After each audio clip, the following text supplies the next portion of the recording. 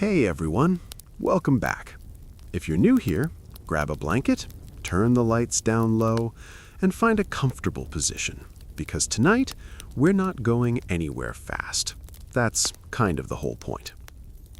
Tonight, we're drifting back to ancient Rome. Specifically, we're going to spend the next hour and a half or so wandering through the world of Roman gladiators. And I know what you might be thinking. Gladiators. That sounds exciting. That sounds loud. That sounds like the opposite of a sleep video. But here's the thing. The actual day-to-day reality of being a Roman gladiator was, in many ways, deeply, profoundly mundane. There was a lot of waiting around, there was a lot of eating barley porridge, there was a lot of bureaucracy, surprisingly, and a lot of contractual obligation, and a lot of sitting in a training yard in the Italian heat while someone yelled at you about your footwork. So settle in. We're going to let this one wash over you slowly. The lights are dim, the sand is warm. Somewhere in the distance, 50,000 Romans are arguing about the parking situation outside the Colosseum, and you are here, resting, while we drift through one of history's most misunderstood institutions together. Let's begin at the beginning, which is always a reasonable place to start. The word gladiator comes from the Latin word gladius, which means sword. A gladiator was, at his most basic, a man who fought with a sword in a public arena for the entertainment of a crowd. That's the simple version. The reality, as with most things Roman, was considerably more layered, more peculiar, and more administratively dense than that short description implies. Gladiatorial combat in Rome did not begin as entertainment, it began as ritual. The earliest recorded gladiatorial fights took place at funerals, specifically at the funerals of wealthy and important Roman men. The idea, historians believe, was rooted in the older Etruscan tradition of sacrificing prisoners of war at the graveside of a fallen warrior. The blood spilled was an offering, a gift to the dead, a way of honoring a man's martial legacy by continuing to produce the thing he had presumably spent his life around, which was violence. The Romans, being the Romans, took this concept and, over a few centuries, slowly transformed it into a massive commercial entertainment industry. Because, of course, they did. The first recorded munus, which is the technical term for a gladiatorial show, took place in 264 BCE. A man named Decimus Junius Brutus Sceva organized 3 pairs of gladiators to fight in the Forum Boarium, the cattle market, in honor of his deceased father. 3 pairs, 6 men total, in a cattle market. That's where the whole thing started. And within about 300 years, the Romans were building a venue that could seat 50,000 people and flooding the arena floor with water to stage mock naval battles. The escalation is, in retrospect, somewhat inevitable when you understand how Roman culture worked.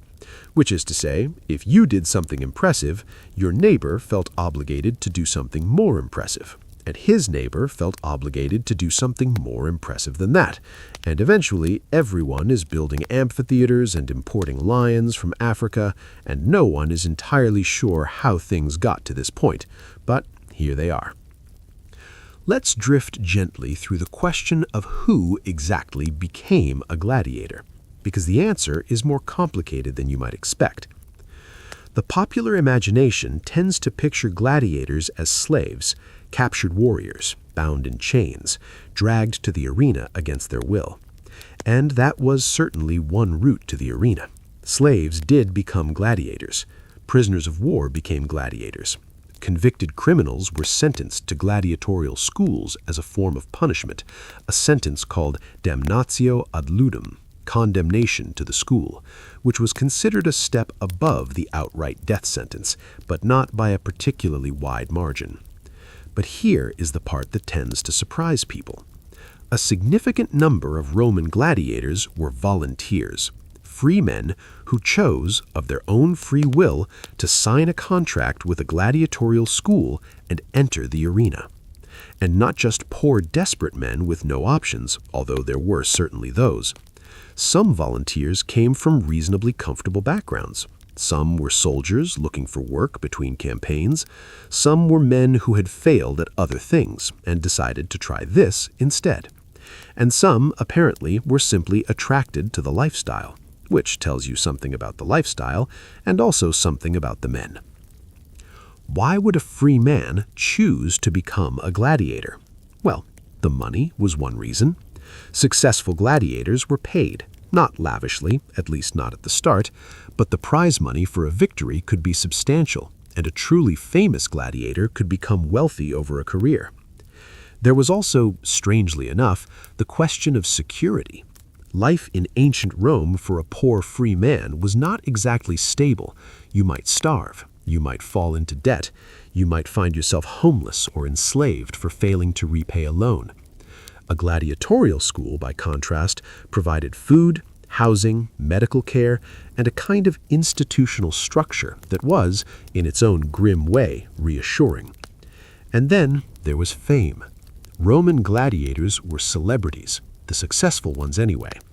Their names were graffitied on walls across the empire. Their faces appeared on mosaics and pottery and oil lamps. Women sent them perfumed letters. Crowds chanted their names.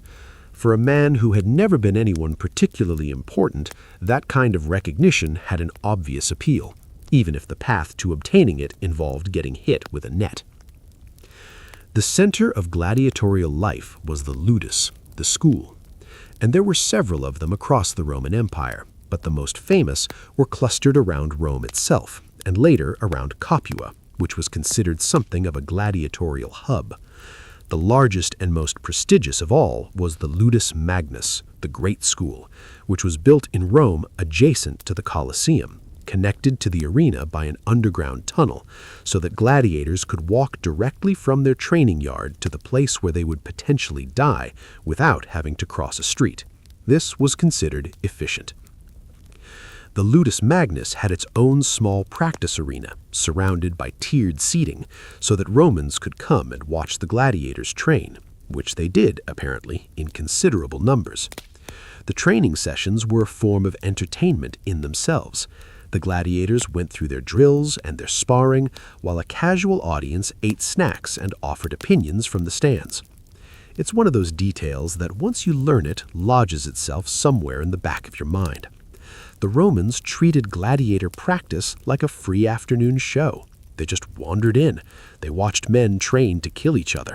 They probably had very strong opinions on technique. The man who ran a gladiatorial school was called a lanista, and the lanista occupies a genuinely interesting position in Roman social history because he was simultaneously wealthy and despised. Running a gladiatorial school was profitable. A good lanista could become very rich indeed by training his fighters and hiring them out to magistrates and wealthy patrons who wanted to put on a show. But the profession was considered deeply disreputable. The lanista dealt in human beings. He bought and sold men whose lives were expendable commodities. Roman society, which was not exactly squeamish about slavery or violence, nonetheless drew a kind of social line at the lanista's profession. He was listed alongside pimps and undertakers in Roman legal codes as a person of infamia, a man without honor. He couldn't hold public office. He was barred from certain social spaces. He was very rich and also, technically, a social pariah. The Romans contained multitudes. Life inside a gladiatorial school followed a structured routine, and the archaeological evidence for this routine is surprisingly detailed. We have excavated the remains of the gladiatorial barracks at Pompeii, which gives us a genuinely intimate look at how these places worked. The gladiators at Pompeii lived in small cells, arranged around a central courtyard. Each cell was roughly the size of a large closet. There was a bed, presumably a small table, and not much else. Some cells show evidence of modifications, small shelves, hooks, scraps of decoration, which suggests the gladiators made modest efforts to personalize their very small, very austere living spaces, which is both understandable and faintly melancholy. The training itself was supervised by doctores, who were experienced former fighters, often retired gladiators who had survived long enough to become teachers. Each doctor had a specialty because gladiatorial combat was not a single uniform thing.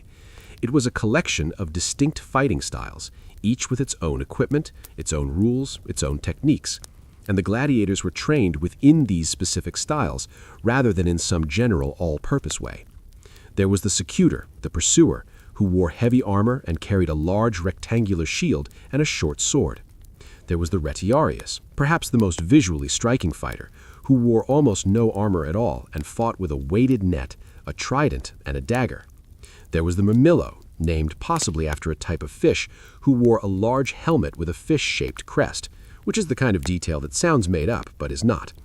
There was the thrax, the Thracian, who used a small curved sword and a small shield, the provocator, the hoplomachus, the Demichorus, who fought with two swords simultaneously and was presumably a very confident individual. These different types were often paired against each other in ways that created a kind of tactical balance. The heavily armored secutor was matched against the lightly armored but maneuverable retiarius. The net fighter's range advantage was countered by the swordsman's protection. It was, in a strange way, a game of rock, paper, scissors played out in sand and real blood. And the Romans thought about these matchups with the kind of obsessive analytical energy that modern sports fans devote to statistics and playoff brackets. The diet of a gladiator is something we know about in some detail, thanks both to written sources and osteological analysis, which means the study of bones. Gladiators, it turns out, ate primarily barley, beans, and dried fruit. A Roman physician named Galen, who worked with gladiators at Pergamon in the 2nd century CE, described this diet somewhat dismissively, and ancient writers referred to gladiators as hordeari, which translates roughly as barley men, and was not intended as a compliment. The diet was high in carbohydrates and relatively low in animal protein, which sounds odd for men who needed to be strong and combat ready, but the current theory among researchers is that this diet was actually deliberate. The carbohydrate-heavy regimen built up a layer of subcutaneous fat beneath the skin, which acted as a kind of protective padding in the arena. A gladiator with a good layer of fat over his muscles could sustain a surface wound, a cut to the arm, a slash across the chest, without immediately losing combat effectiveness. A deeply lean fighter, by contrast, might take a shallow wound that still hit something important. So gladiators were soft on purpose in a specific and strategic way, which is a genuinely fascinating piece of nutritional logic that you probably wouldn't guess at first glance. They also, according to bone analysis, consumed significant amounts of calcium, likely through plant-based sources or through some kind of mineral supplement. Their bones were notably dense. They were, in a sense, carefully engineered for the specific physical demands of their profession. Medical care in gladiatorial schools was relatively sophisticated by ancient standards. The lanista had a strong financial incentive to keep his fighters alive and functional because a gladiator represented an investment. Training a man from scratch took time and money. Losing a fighter unnecessarily was, from a purely economic standpoint, wasteful. So gladiatorial schools employed physicians, and some of those physicians were quite skilled. Galen himself, who would go on to become one of the most influential medical writers in all of Western history, received some of his early clinical training working as a doctor for the gladiators of Pergamon. He learned a great deal, he later wrote, about anatomy, which makes sense in context. Let's drift over now to the event itself, the munus, the show, because organizing a gladiatorial spectacle in ancient Rome was a logistical undertaking of genuinely staggering complexity. And the Romans approached it with the same meticulous bureaucratic energy they applied to road building and military campaigns. A munus was typically organized by a wealthy individual called an editor. The editor might be a magistrate fulfilling a political obligation, or a wealthy citizen trying to curry favor with the public, or an emperor trying to remind everyone why being emperor was, on balance, a good thing. The games were at their core a form of political theater. The editor who put on a spectacular show earned goodwill, prestige, and public affection. The editor who put on a mediocre show was remembered accordingly, and Rome had a long memory for public embarrassments. The planning process began well in advance. Contracts were negotiated with lanistas for the hire of specific fighters. Animal suppliers were contacted for the beast hunts that typically formed part of the program. Vendors were arranged for food and drinks. Seating was allocated according to Rome's elaborate social hierarchy, with senators in the front rows and the general public arranged upward from there according to status. Women, with the notable exception of Vestal virgins who got excellent seats, were generally relegated to the upper tiers. The upper tiers were very far from the action, and the sightlines were not ideal, which may or may not have been the point. The rebellion grew. Slaves from the surrounding countryside flocked to join them. Other escaped fighters joined. At its height, the slave army is estimated to have numbered somewhere between 70,000 and 120,000 people, which is an extraordinary escalation from 70 escaped kitchen tool-wielding gladiators in a matter of roughly 2 years. The Romans sent consul after consul against them. Most of those consuls lost, badly. Spartacus defeated Roman forces repeatedly, outmaneuvered multiple armies, marched up and down Italy essentially at will, and at various points came close to doing things that should, by rights, have been impossible. He was eventually defeated in 71 BCE by Marcus Licinius Crassus, who was willing to be both thorough and brutal in ways that previous commanders had not been. 6,000 of Spartacus's followers were crucified along the Appian Way as a warning. The body of Spartacus himself was never found, which meant he couldn't be identified and displayed, which the Romans found unsatisfying, and which history has found quietly poetic. What happened to him exactly at the end? Nobody knows for certain. He died in the final battle, probably, but the Romans couldn't prove it, and so Spartacus remained, in a sense, permanently unaccounted for. Let's drift to other, less dramatic gladiators, because most of them were not Spartacus, and their stories are interesting in quieter ways. We know the names of many individual gladiators from inscriptions, grave markers, dedications left by fans and families, graffiti on walls. The walls of Pompeii are particularly rich in gladiatorial graffiti, and reading through it is a genuinely strange experience, like scrolling through a very ancient form of social media. Celadus the Thraex, reads one inscription, makes the girls sigh. There's another one nearby calling him the glory of the girls, and a third, from what appears to be a different, less impressed hand, suggesting he is overrated. So there was also gladiatorial criticism. There were ancient Romans who looked at the most famous fighter in Pompeii and wrote the equivalent of a 1-star review on his wall. Some things do not change. There was a gladiator named Flamma, whose career is documented in unusual detail. He fought 34 bouts. He won 21 of them. He achieved a draw 9 times. He lost 4 times, and on each of those 4 occasions, he was spared by the crowd. He was also offered his freedom, the rudis, a wooden sword presented to a gladiator who had served long and honorably enough to earn release, not once, but 4 times, and he turned it down 4 times. He was offered his freedom, and he said no. He kept fighting. He died, eventually, in the arena, at roughly 30 years of age, still fighting, having never accepted the offer of liberty when it was made. Why? The honest answer is that we don't know.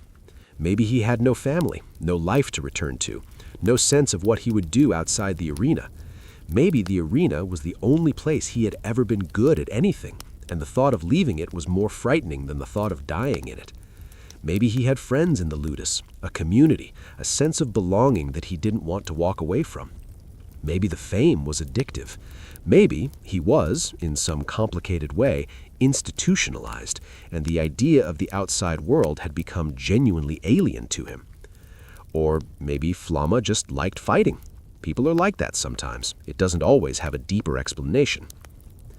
Let's allow the narrative to meander slightly, because history is rarely a straight line, and the gladiatorial world had some genuinely peculiar corners that are worth visiting before we drift toward sleep. Female gladiators existed. This is a fact.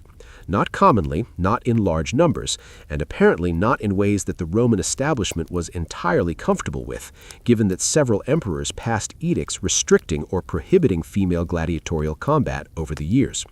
But they existed. They fought in the arena. They had their own designations, gladiatrices, though the term is a modern one. Ancient sources used various phrases, and they apparently attracted significant crowds.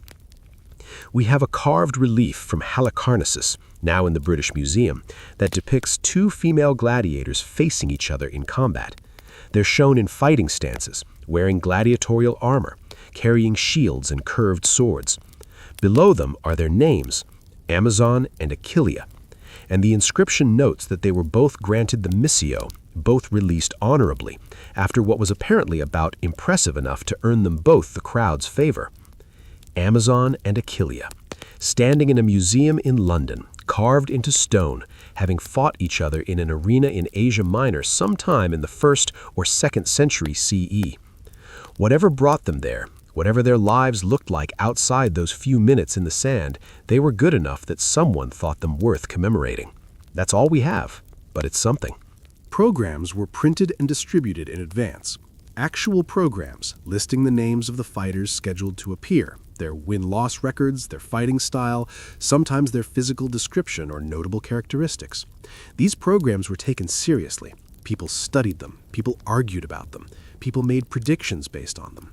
The Romans approached the upcoming Munus with something very close to the energy of a modern sports fan preparing for a championship game, down to the informed opinions about who had an edge over whom and why.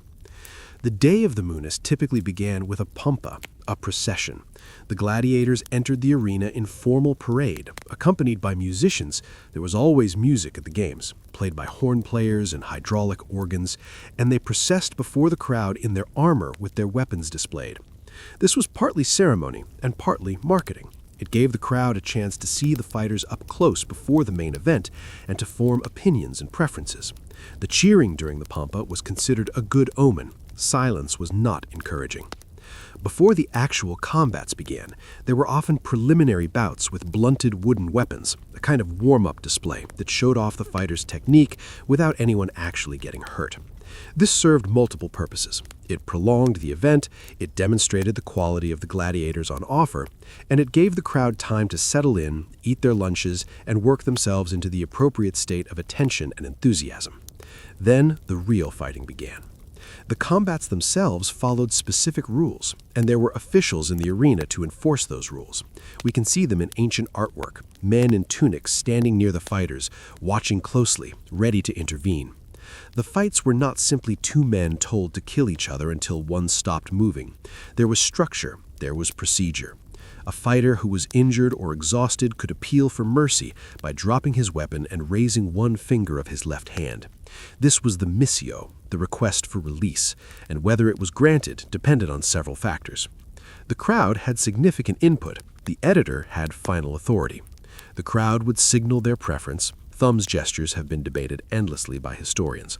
The whole thumbs up and thumbs down business is considerably more complicated than pop culture suggests. And the editor, reading the mood and the politics of the moment, would render a decision: spare him or finish it. Killing a gladiator was not always the preferred outcome. A fighter who had performed bravely, who had entertained the crowd, who had shown skill and spirit even in defeat, that fighter had value. His survival was possible. His owner, the lanista, would generally prefer him to survive as well, for the obvious financial reasons. Death was not the automatic endpoint. It was one possible endpoint, and the Romans regarded it as significant, not casual. The crowd's appetite for death has often been exaggerated in the popular imagination. What they wanted, primarily, was a good fight. Death was meaningful in the arena, precisely because it was not guaranteed. A gladiator who won frequently, who survived many combats, who became known to the crowd, accumulated something that Roman sources describe as a kind of charisma, a quality of presence. The crowd knew his name. They chanted it. They wanted to see him fight again. This gave a successful gladiator a paradoxical kind of power. His life was, in theory, not his own. He had sworn the Sacramentum Gladiatorium, the gladiatorial oath, which bound him to his lanista and school and committed him to the discipline of the arena. And yet a truly famous gladiator was, in practice, somewhat protected by his own fame. Killing him casually would be bad for business, bad for the crowd's mood, and bad for the reputation of the editor who authorized it. Fame, in Rome, had its uses. Let's talk about some actual gladiators, because there are real names, real fragments of real lives, scattered through the historical and archaeological record, and they're worth pausing on. The most famous gladiator in history is, of course, Spartacus. And Spartacus is famous enough that most people have a general sense of who he was, a gladiator who led a slave rebellion in the 1st century BCE that terrified the Roman Republic for 2 years. But the details of his story are interesting in ways that the broad outline doesn't fully convey. Spartacus was a Thracian, a man from the region of Thrace in what is now roughly Bulgaria and northern Greece. He had, according to some sources, served in the Roman auxiliary forces before being enslaved. The exact circumstances of his enslavement are unclear and debated. And he was purchased and trained at the ludus of Gnaeus Cornelius Lentulus Batiatus in Capua, which was one of the most prominent gladiatorial schools in Italy.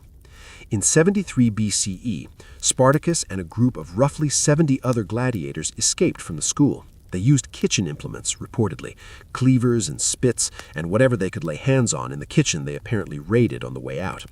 They fought through the guards, broke out, and seized a wagon loaded with gladiatorial weapons that they happened to encounter on the road outside, which was convenient timing, or very good planning, depending on how you read it. They retreated to the slopes of Mount Vesuvius, which at the time was not a volcano anyone was particularly worried about, and there they made their initial camp. The Roman response was at first somewhat casual. A slave rebellion led by a few dozen escaped gladiators was not, on its face, a major crisis. The praetor Gaius Claudius Glauber was dispatched with roughly 3,000 militia troops to deal with the situation. He encamped his forces at the only apparent path down from the mountain and settled in to wait the fugitives out.